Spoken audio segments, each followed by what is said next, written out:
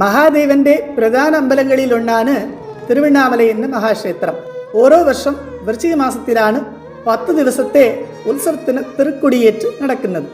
അതിൽ വളരെ പ്രധാനമായതും പുരാതനമായതും 10ാം നാളിലെ തൃക്കാർത്തിക വിളക്കിടലാണ്.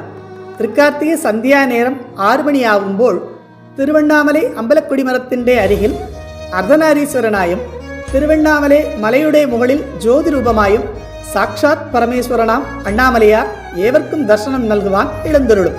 ആരൊക്കെ ആ പുണ്യമുഹൂർത്തത്തിൽ ആ ദിവ്യരൂപം ദർശനം ചെയ്യുന്നുവോ അവർക്ക് മാത്രമല്ല അവരുടെ 21 തലമുറകൾക്കും മോക്ഷപ്രാപ്തി നിശ്ചയം കിട്ടും എന്നത് മഹാദേവനായ അണ്ണാമലയാരുടെ അരുളിപ്പാടാണ്.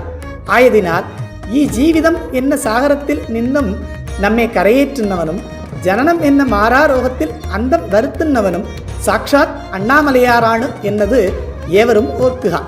അവനെ പൂജിച്ചാൽ ഈ ജന്മത്തിൽ എല്ലാ സൗഭാഗ്യങ്ങളും കിട്ടും. ഒടുവിൽ മോക്ഷമും ലഭിക്കും. മറ്റൊരു ജന്മം നമുക്ക് ഉണ്ടാകുന്നില്ല. கார்த்திகைக்கு கார்த்திகை நாள் ஒரு சோதி மலை மீது காட்டா நிற்போம். வாய்த்தந்த சுடற்காணில் பசிப்பிணியிலாத உலகில் மன்னி வாழ்வார். பார்த்திவர்க்கும் அருந்தவர்க்கும் இடையூறு தவிருமது பணிந்தோர் கண்டோர் போத்திரத்தில் 21 தலைமுறைக்கு முக்திவரம் கொடுப்போம் என்றார். அருணாச்சல புராணம்.